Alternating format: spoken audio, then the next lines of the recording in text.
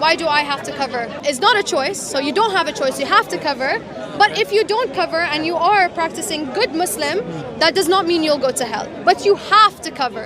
Why? Okay, good question. Have you read a book called Beauty Sick? This book is very interesting because we have this false notion that when a woman takes her hijab off, she chose to take it off. I believe this is the biggest false fallacy ever. Are you telling me that as a woman, you choose not to wear the hijab? Yes. I say no. And I'll prove you. Let me tell you how. Are you telling me that the beauty industry, the females around you, the society that you live in have no effect on you and the way you are perceived?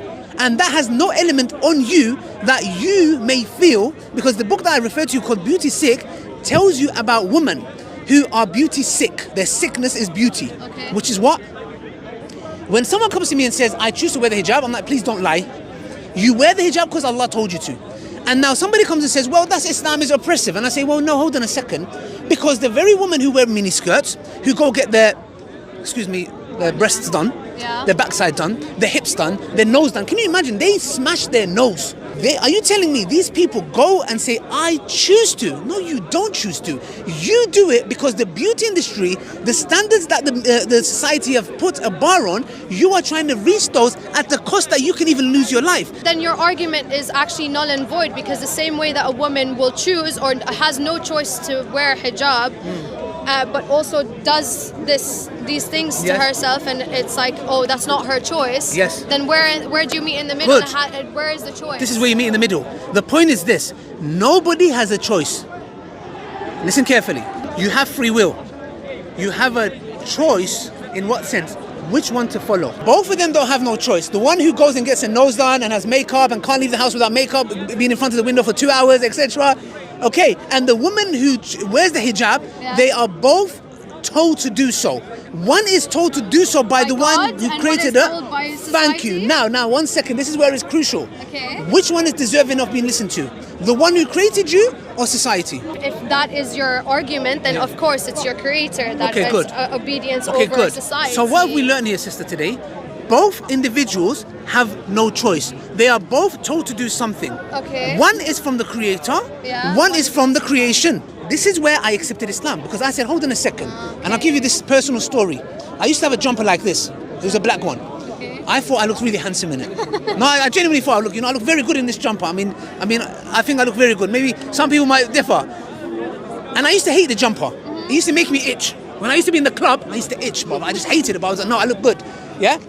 I said to myself, you know what? I'm the biggest slave. This is my master. This jumper is my master. It's like girls who walk into clubs with this much heels, and they have to take you off in winter and it's freezing cold. Have you ever stood on pavement? And the thing is, I'm like, that is your slave.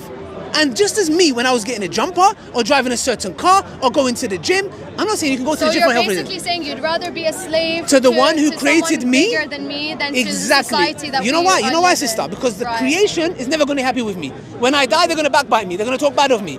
The creator is the one that's going to be with me. He's the one who created me. He deserves my worship. Why would I go and try to please a group of people that are never going to be happy with me? And the one who created me deserves it. And guess what? Once I became a slave to him is when I found my true freedom. And this is the key, sister. You know why? Because at this moment, that is when it clicked to me and I said, wow, all this life, my masters were females. My masters was a jumper that I used to wear. My masters was money. I used to live a lifestyle and do extra hours so I can drive a certain car. I used to go to the gym, yes, obviously for health reasons, but I wanted to have big biceps. So when I walk and wear that jumper, the girls can be like, wow, look at his biceps. I used to live, these were my masters. These were my gods. You know what I said? When I said, La ilaha illallah, I said, I am free from all of you. Because I want to worship the one who has created me. And this is where we say, sister, when we talked about choice, the one that takes a hijab off, look, we have a lot of hijab influencers who take the hijab off and they go, I chose to. No, you didn't. You're getting older and you feel like you're getting wrinkly and ugly and you're showing the hair is beauty.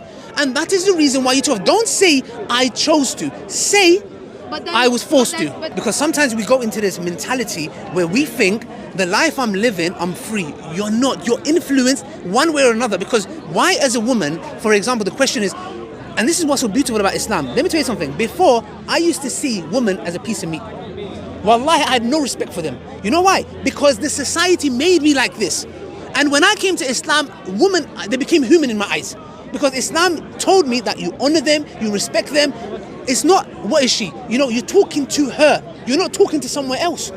The point is this, that women are sexualized. So it's our fault, and we have no choice in the matter of, oh, we have to protect ourselves because men can't control themselves. No, I never said that. Oh my I God, never said and women that. are sexualized. I never said that. I never said that. Did I say that? You No. said women are sexualized. No. Why are we sexualized? Because the brain of men can't separate it from it. Like what does Allah say in the Quran? You know what Allah says in the Quran? Allah says in the Quran, tell the believing men to lower their gaze. Yeah, they should. 1 second. Allah doesn't say women cover up because men can't control themselves. So if men shouldn't be gazing and sexualizing Yes, and making yes, all of this, yes. then why do I Yes, have yeah. no choice Yeah. but to also cover up No. to protect myself? No. For what? Listen to me. Allah says to me, tell the believing men to lower the gaze. Okay. That means if she's in a bikini, if she's in a niqab, if she's in a jilbab, irrelevant. I have to lower my gaze. I'm not going to say, oh, she's wearing a bikini, man can look at her now. Or she's wearing a niqab. I have to lower my gaze, period. Okay. Now, that means this notion that men can't control themselves, that's why Allah tells you to cover up, is not true. Because Allah tells who? The believing men first. Tell the believing men to lower the gaze. Okay, طيب. Now, Right. Allah works on a micro level. You know what that means? You're Yeah, training your young micro. boys Yeah, to yeah. respect women by lowering the gaze. Yes. Now, how does Allah deal with it in a macro level? By saying, do not sexually objectify women. Now, if I am looking all around me and I see bikini women in there that's talking about chocolate, and I'm thinking, what's chocolate got to do with a bikini? Yeah. And then I'm seeing a woman over there, argument saying, dressed up in this way and that way. The society is sexually objectifying women. Look, I was watching a documentary yesterday, yeah? It was talking about in the 1970s, Times Square in New York, there was a man who killed 80 prostitutes. And these women they were not human. Yeah, There was a study that was done that Yeah. looked into a man's brain. They showed him women in bikini. The part of the brain that lights up for tool use, you know, tool use, screwdriver, lit up. You know what that means? He didn't even see him as human. The part of the brain was like, this is an object. How does a human being, and a lot of serial killers, you know how they had something in common? They all used to watch pornography. The point is this, men are created visually. If you sexually objectify women to such a level, men lose respect. This doesn't mean that a person has a right to go and abuse or rape or whatever just because a woman is dressed up in a certain way. There are women who are dressed up in hijab and niqab that get raped. The point is this, sister, everyone has a role to play. My role is I lower my gaze, but I would not also like you to, this woman, to be in my face or dressed up in a certain way where I'm like, well, I would not like to see that. The point is this, Islam deals with giving the responsibility to both. Allah is telling you, this is the best way to live your life. And I'm telling you, sister, there's a lot of things I had to give up when I came to Islam. A lot of things I did not want to let go of. But let me tell you something. Letting go of them, it made me who I am today. Islam is the solution. There is no other religion, I'm telling you. It might sound, yeah, okay, here we go. My religion is, I'm telling you, we can prove it. I'm not here to talk, I can prove it. Islam gives me purpose. I know my purpose, I know why I'm here, I know where I'm going, I know what to live by. But the point is this, Islam is the best solution. And guess what? You are going to live by a way of life anyways. And you already are. Live by the one that God sent you because that's the best.